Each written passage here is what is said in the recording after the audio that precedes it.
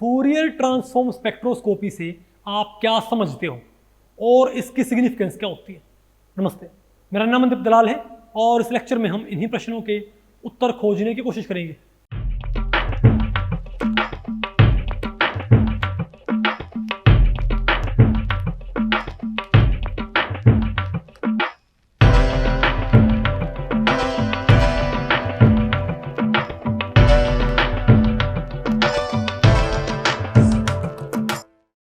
अब बताओ हमें क्या पढ़ना है भाई।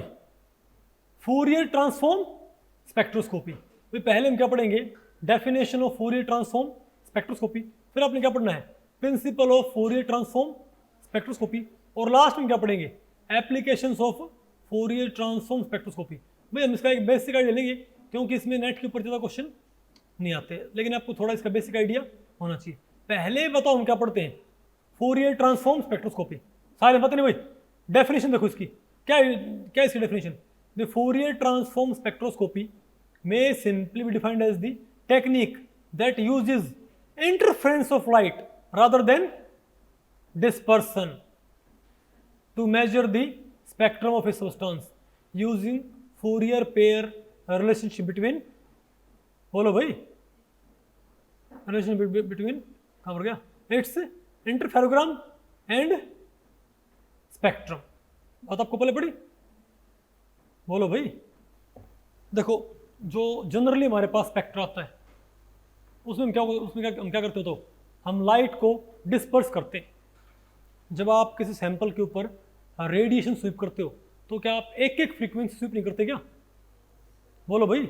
उसके लिए क्या होता है कि आपके पास जो सोर्स है वो तो सारी लाइट एमिट करता है, लेकिन हम क्या करते हैं उसमें से एक एक किसके ऊपर जाने देते हैं, सैंपल के ऊपर। भाई बल्ब क्या एमिट कर रहा है, सारी रेंज, लेकिन क्या हम सारी रेंज एक साथ डालते हैं क्या, एक एक रेंज भाई, एक एक वेवलेंथ, इजंट इट। तो हम डिस्पर्शन को इस्तेमाल करते हैं, डिस्पर्शन को। लेकिन फूरियर ट्रांसफॉर्म स्पेक्ट्रोस्कोपी क्या इस्तेमाल करती है, बताओ। ये डिस्पर्शन की वजह क्या यूज करती है, इंटरफेरेंस को। किसको भाई, इंटरफेरेंस को। ये सारी की सारी लाइट एक साथ इस्तेमाल करेगी, और क्या होगा उसका जो इंटरफेरोग्राम, क्या होगा, डिस्पर्शन से हमारा क्या आएगा, स्पेक्ट्रम, और इंटरफेरेंस मेरे पास क्या आएगा, इंटरफेरोग्राम। बात आपको पहले पड़ी। तो उसके इंटरफेरोग्राम से वो हम फिर क्या हासिल कर लेंगे, उसका स्पेक्ट्रम। समझे बात। फूरियर पेयर के जरिए भाई हम क्या करेंगे, अरे भाई जो फूरियर क्या होता है, फूरियर एक मैथमेटिकल टेक्निक होती है, उसको बोलते हैं फूरियर एनालिसिस। क्या भाई, हम पढ़ी बीएससी में फूरियर सीरीज थी ना, बोलो भाई। इसमें क्या होता है, आप एक वेरिएबल को दूसरे वेरिएबल पे कन्वर्ट कर सकते हो, ठीक है बात। तो आपने क्या करना है, आपने फूरियर पेयर रिलेशनशिप को इस्तेमाल करके किसके बीच में, किसी सब्सटेंस का इंटरफेरोग्राम और उसका स्पेक्ट्रम, उनको इस्तेमाल करके आपने उसका क्या बोलते हैं, स्पेक्ट्रा आपने एनालाइज करना है। बात आपको पहले पड़ गई। तो ये कौन सी एक ऐसी स्पेक्ट्रोस्कोपिक टेक्निक है जो कि डिस्पर्शन ऑफ लाइट की बजाय इंटरफेरेंस ऑफ लाइट को यूटिलाइज करती है। बात आपको पहले पड़ गई भाई, ठीक है। अब बात करते हैं तो क्या मतलब भाई, सिंपल बात यह है, यहाँ पर आपने एक सिंगल वेवलेंथ न डालनी, यहाँ पर आपने सारी वेवलेंथ एक साथ डाल देनी है। तो जो भी क्या होगा, एब्जॉर्प्शन या एमिशन, मल्टीपल वेवलेंथ्स का नहीं, मैं तो आपको पहले पड़ी, उन सब का हमारे पास क्या आएगा, रिजल्टेंट। उस रिजल्टेंट से फिर हम क्या निकालेंगे, एब्जॉर्प्शन कंपोनेंट, और हमारे पास पीक्स आ जाएंगी। बात आपको पहले पड़ गई। अब बताओ हम क्या पढ़ते हैं, principle of Fourier transform spectroscopy.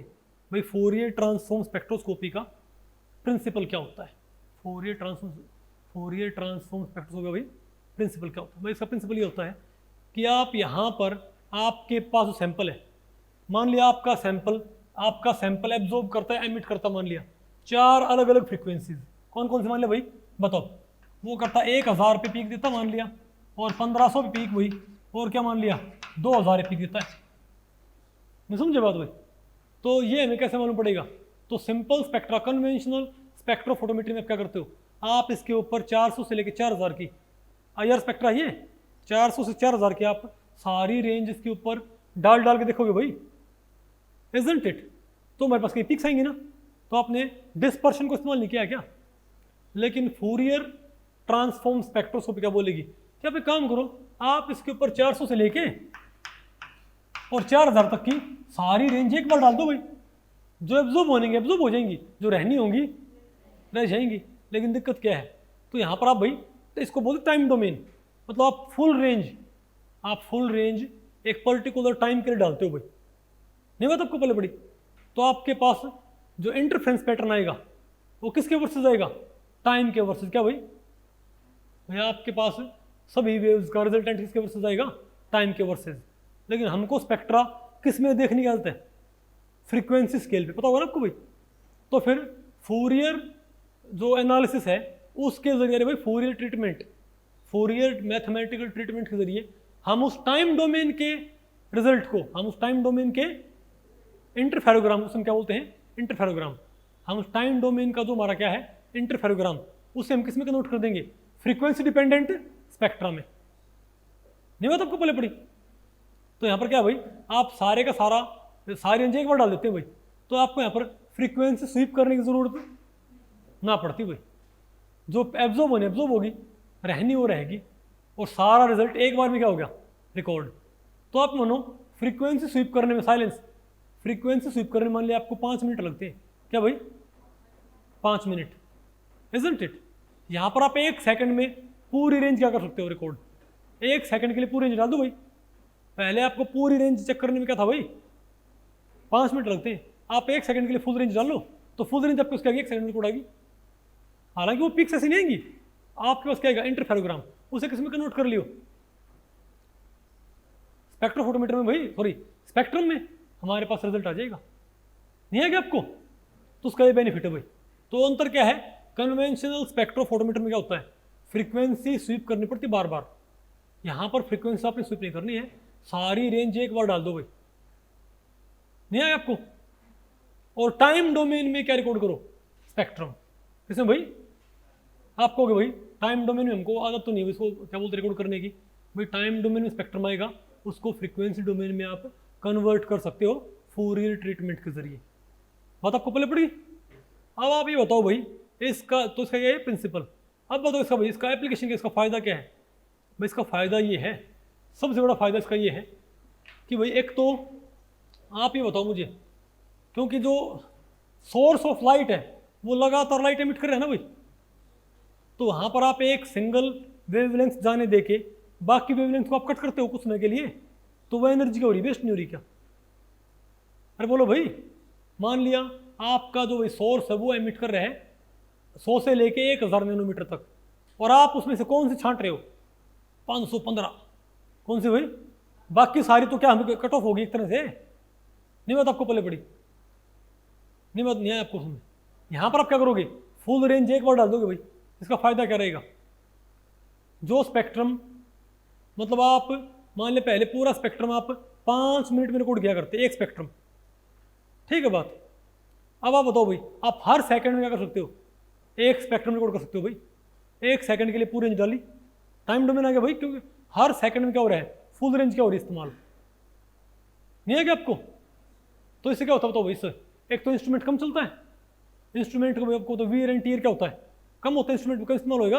आपको पता है जो बल्ब होता है इंस्ट्रूमेंट का, उसकी एक लाइफ होती है भाई। नहीं आ गया आपको।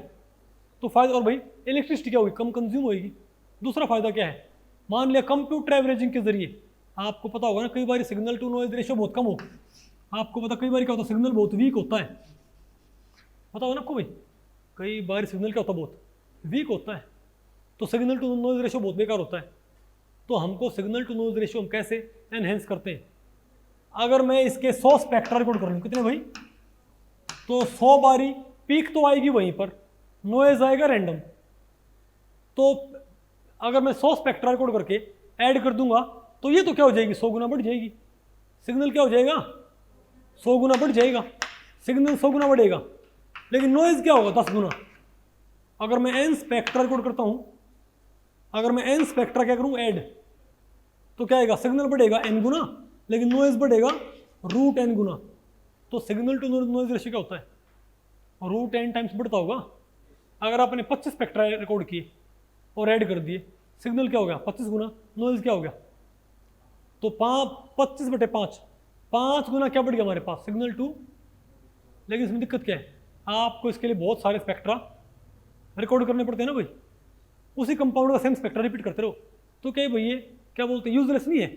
एक तो आप इसमें कई नुकसान, एक तो क्या है, आप लैब में बैठे बैठे उस इंस्ट्रूमेंट को बार बार एक ही सैंपल पर रन कर रहे हो, इंस्ट्रूमेंट भाई क्या खराब नहीं होता क्या?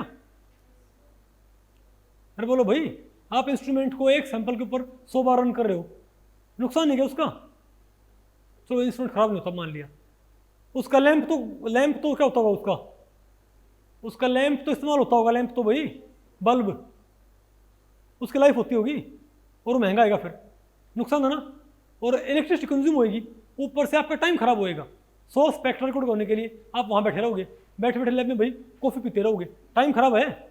इससे बेटर क्या है, हम क्या करें भाई, 100 स्पेक्ट्रा के लिए आपको मानने लगे 100 मिनट, 100 स्पेक्ट्रा के लिए आपको क्या लगी 100 मिनट, 1 मिनट में एक स्पेक्ट्रा मान लो आप।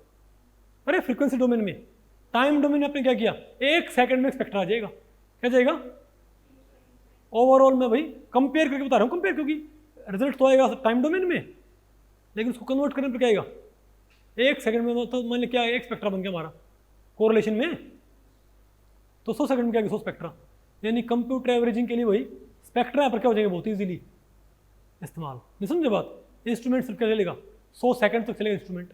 फायदा कि नुकसान है, ना नुकसान है, ना फायदा कि नुकसान, बताओ। तो भाई इस लेक्चर में इतना है। अगर इस लेक्चर के बारे में आपके कुछ प्रश्न या सुझाव हैं तो आप मुझे नीचे कमेंट सेक्शन में पूछ सकते हैं, मैं उनके उत्तर देने की पूरी कोशिश करूंगा। तो ठीक है, मिलते हैं अगले लेक्चर में, तब तक के लिए नमस्ते।